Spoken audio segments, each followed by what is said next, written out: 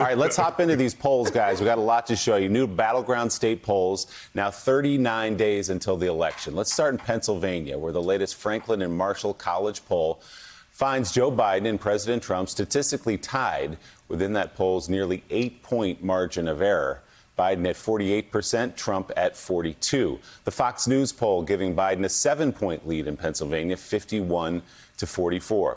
Over in Ohio, a statistical tie in the latest Quinnipiac poll, Biden at 48%, Trump at 47%. The Fox News poll out of Ohio has Joe Biden with a 5-point lead, 50-45.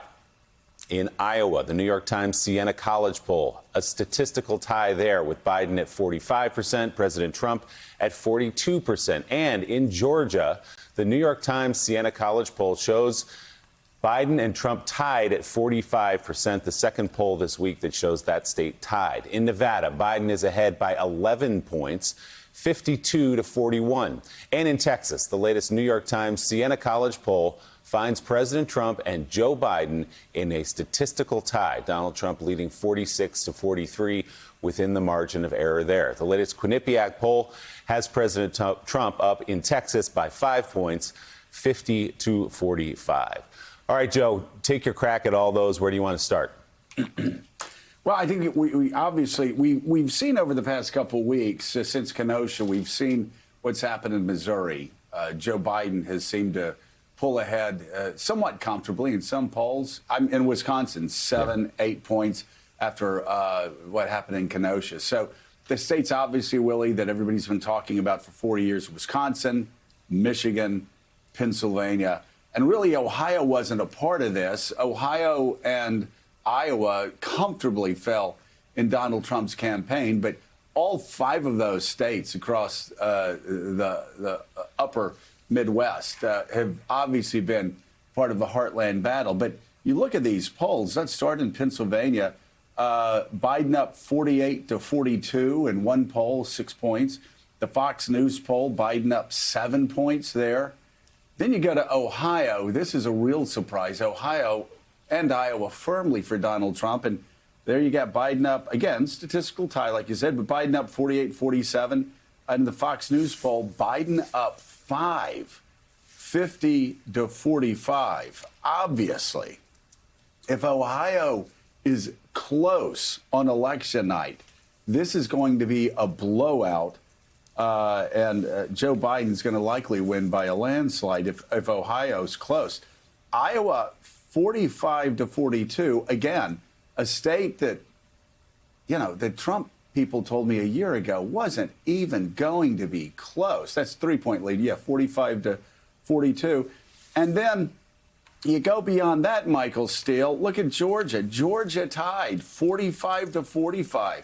Nevada, which the Trump people went to because they're desperate to pick up another state because they're losing states they never thought they would lose. He goes to Nevada, and his numbers just absolutely plummet. He's losing there by 11 points, 52-41.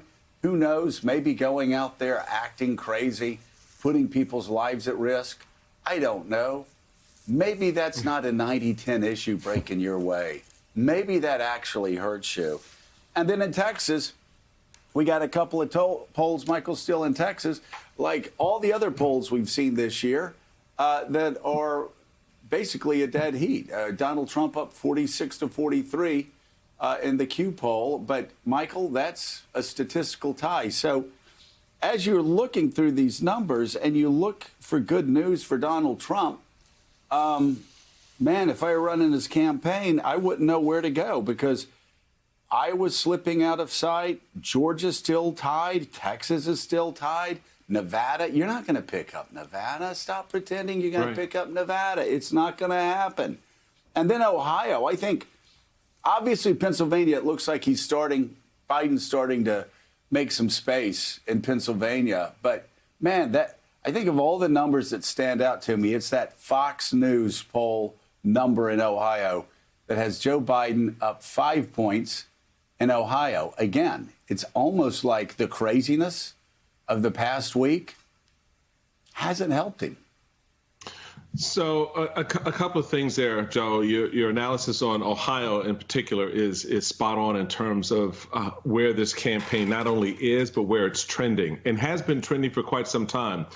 What I think contributes to sort of the manic behavior of Trump at this point, specifically his notion that all of a sudden now, even more with more emphasis, this election is going to be rigged. The internal numbers of the campaign are not just reflecting what you're seeing on these sort of broader, big polls by Fox and others, but it's showing a trend that is troubling and problematic for the president, particularly when you look at the Republican wall, Iowa, Ohio, Georgia, and Texas. And when you look at those states, Texas should be a blowaway for Trump. I mean, this shouldn't even be a conversation. You're right. It shouldn't even be a conversation. Same in Iowa and Georgia, for that matter. But what's happened is, as reflected in Ohio, is that the voters are settling and have settled for some time away from Trump. And Trump has not done anything to broaden that base vote that he needs to hold these states in line. So the problem becomes, even, and Ohio's reflective of this, is even greater when you get into places like Missouri and Michigan and Wisconsin and Pennsylvania and Nevada, where they were planning to create a new beachhead. So this polling out today, and again, a snapshot, we get it, but these are state polls. This is not a national snapshot. Right. These are state polls. And so this gives you a better sense, Joe, of where the campaign is beginning to settle. And the wall that Donald Trump needed to breach is not only getting tougher to do so, it's getting higher and more difficult at every turn. Thanks for checking out MSNBC on YouTube, and make sure you subscribe to stay up to date on the day's biggest stories. And you can click on any of the videos around us to watch more from Morning Joe and MSNBC. Thanks so much for watching.